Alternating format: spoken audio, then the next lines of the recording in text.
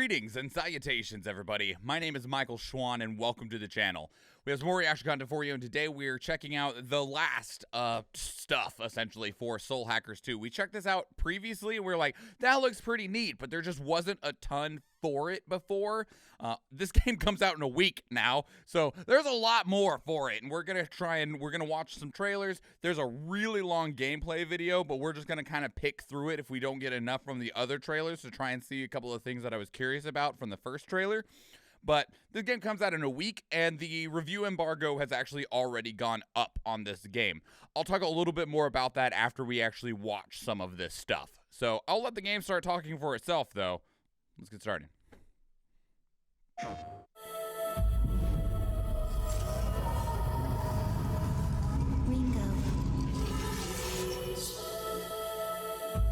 Ringo.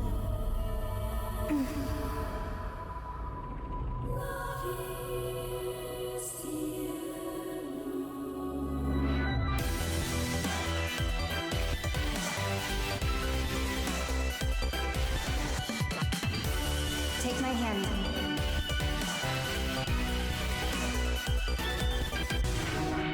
You get one more chance to make things right.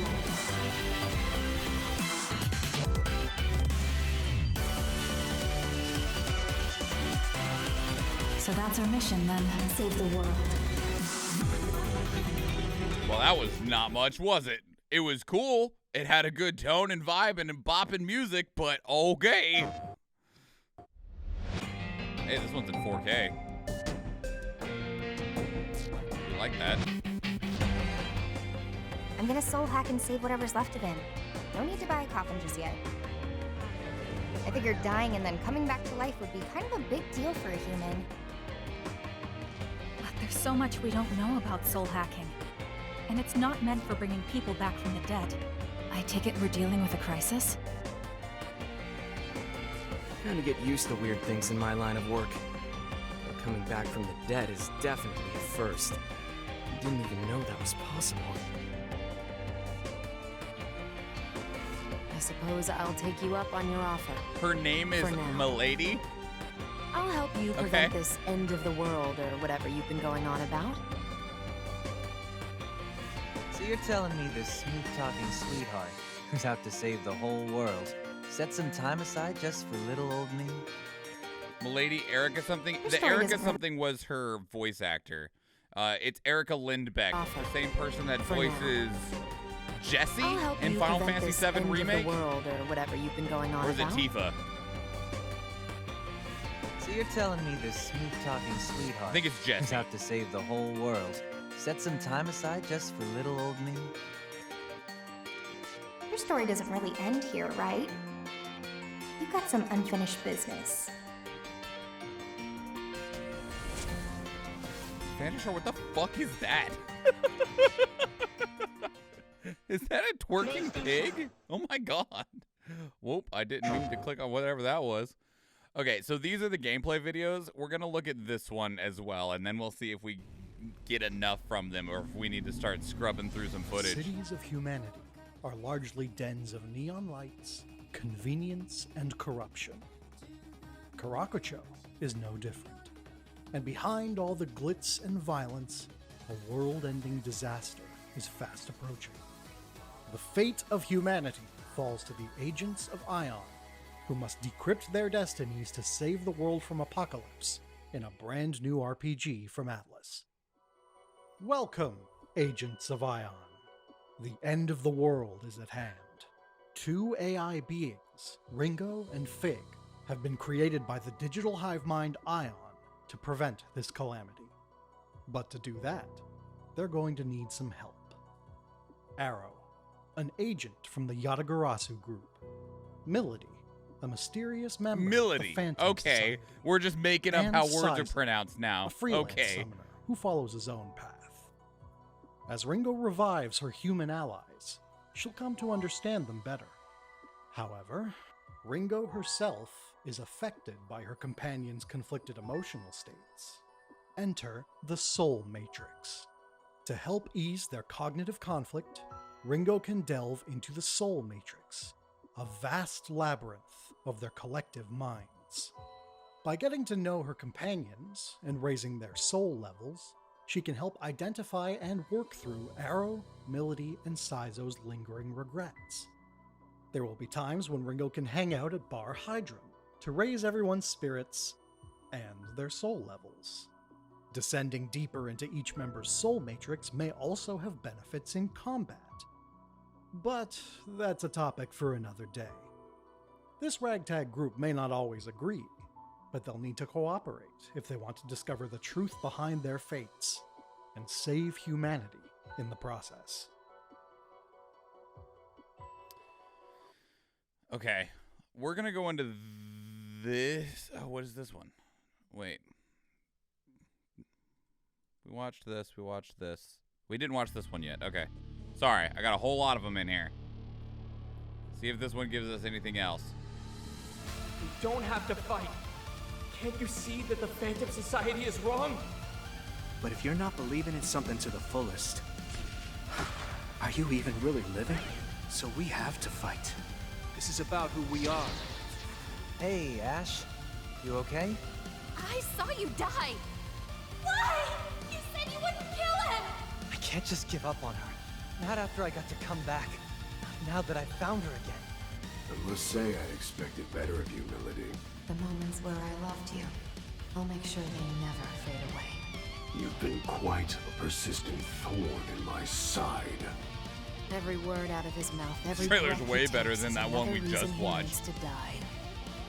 No matter what miracles you work, no matter how hard you try, That dude's totally a Spider-Man I'm villain. always one step ahead. You can't stop me. You can't change fate. Okay, so one thing that none of these trailers have showed off yet that I know is in here is this is 50 minutes. We're not watching this whole thing, right? But wow, this is baked. I know it's a recapture of a live stream that they did over in Japan, but the quality. Oh god, you guys are just gonna talk a lot. Calm down. So we have an overworld stat screens. The thing that I'm really curious of, because they didn't really show us a whole lot of it in the trailers beforehand or any of these trailers now, is what the combat looks like. Fusing demons. Okay, I know that this is akin. I mean, this is literally Jack Frost, which is one of the major Persona demons, like one of the most identifiable ones. This is set in not literally the Persona world, but it's within that same like relative universe. I'm wanting to see the damn combat. The girl was so excited. She was very excited. Okay. Are you going to fight that? No, you just slashed it. Or is that fighting it? Okay, this is combat now. They're gonna talk a lot. I apologize. A tutorial that we cannot read.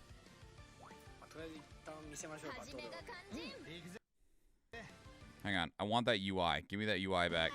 That went by really fast. Skill, guard, item, assist, escape, commander skill. These are just abilities. I'm guessing these are just like attacks, fire, heal, and something else. Is it a turn-based RPG?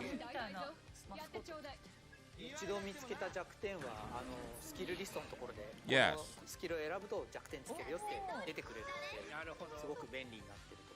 Very reminiscent of Persona, like, it's like if Persona 5 was made with less money.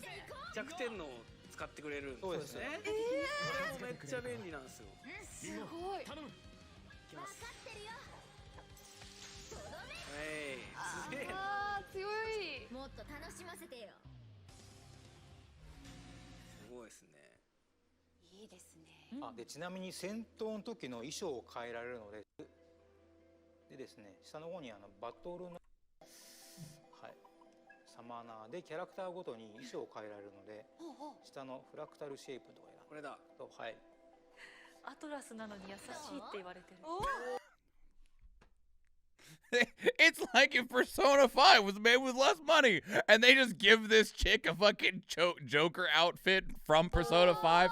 Okay, don't mind me. まあ豪華版のについている、メアリー風のメイド服とかですね。ネミさんやこれメアリもいいです。いやでもメアリちゃんと仲良くなりたくてどれだけうるうるしたか。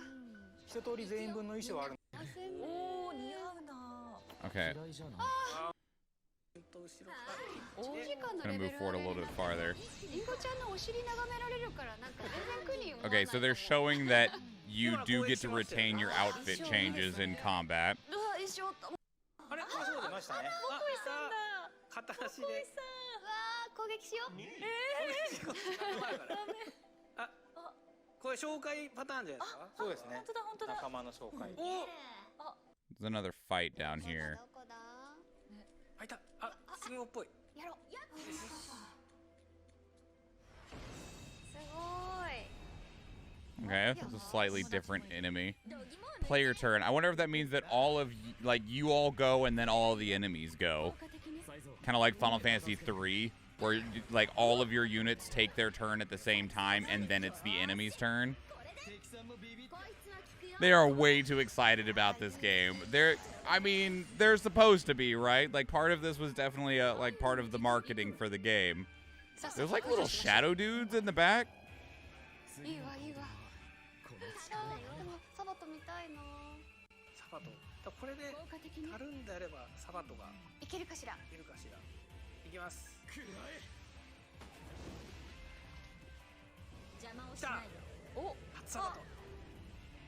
She's gonna capture it? No, she summoned her own little demons.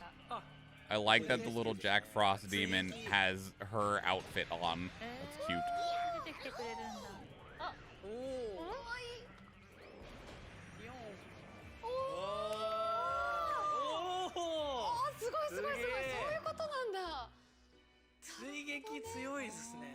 It wasn't that awesome. Calm down. Okay. There's a mini boss here. What is the mini boss? A humanoid looking enemy? Okay.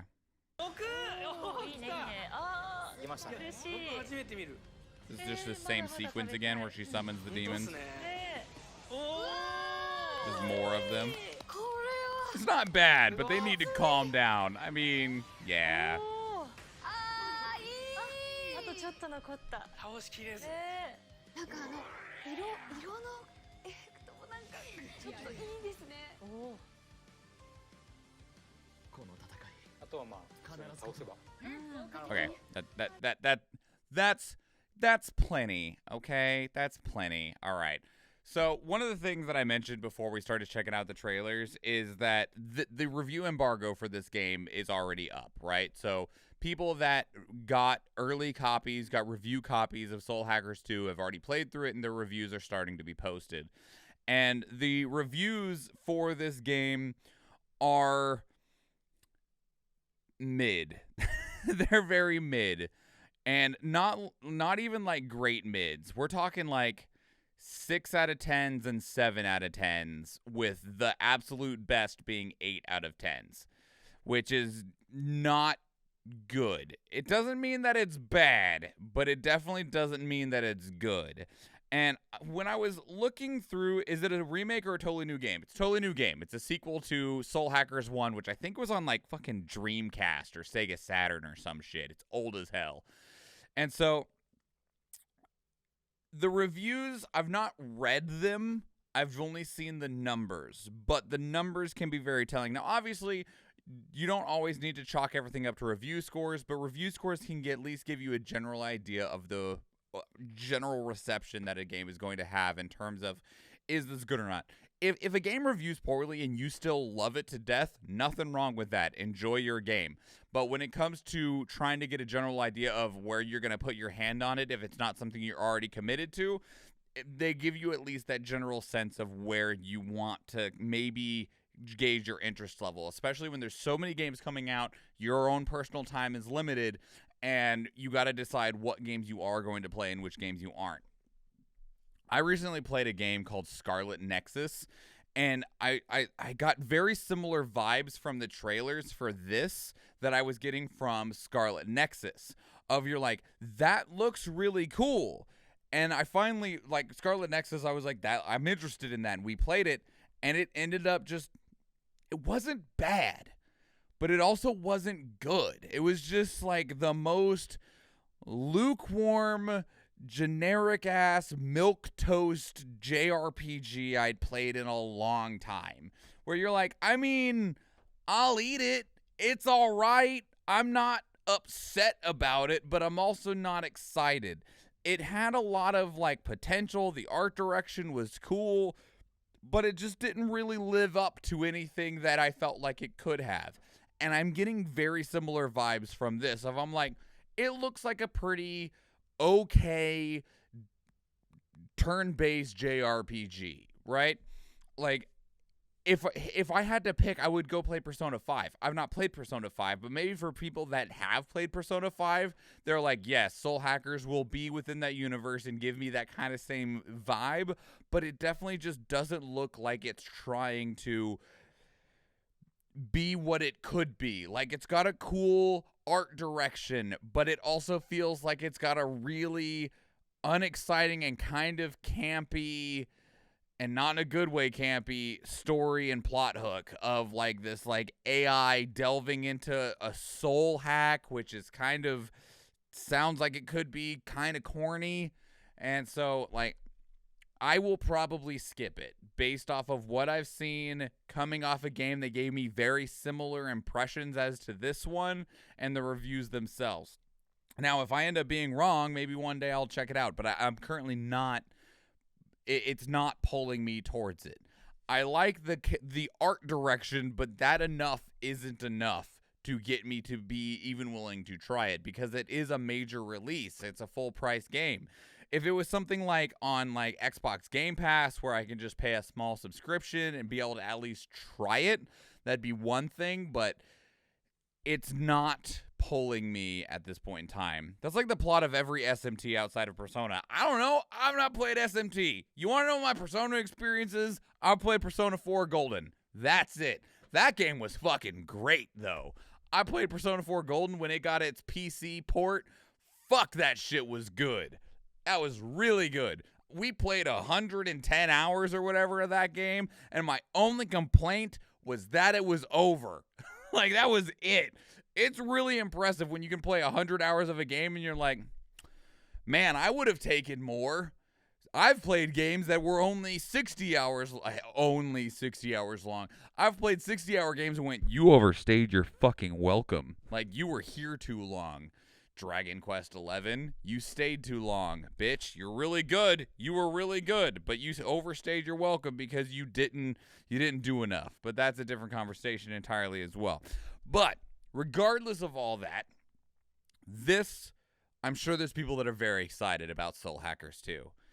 But, man, it just looks like filler. Good filler, but filler. Nothing to write home about. And it sounds like it's also being received that way as a whole. But let me know what you thought. What did you think of Soul Hackers 2? Are you excited about it? Are you already typing your angry comment about how fucking wrong I am? I welcome it. Let me know why I'm wrong.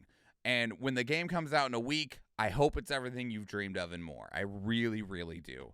Because if you're excited about something, I want it to be what you want it to be. Because disappointment sucks, especially when you're looking forward to something and then it finally happens and comes out and you're like, well, that sucked. Yeah, so anyway, leave your thoughts down in the comments below. If you want to keep the conversation elsewhere, two great places to do so are Discord and Twitter. And speaking of Discord, we actually have a channel dedicated to these reactions where you can place links of your own that we can check out together live on stream, because we do stream 4 days a week, Tuesday, Thursday, Friday, and Sunday, and I would love to see you there. If you enjoyed this video, please leave it a like. If you want to catch future videos, please subscribe to the channel. And if you do go watch one of the other videos on the channel, or if I see you in the live stream, thank you and enjoy.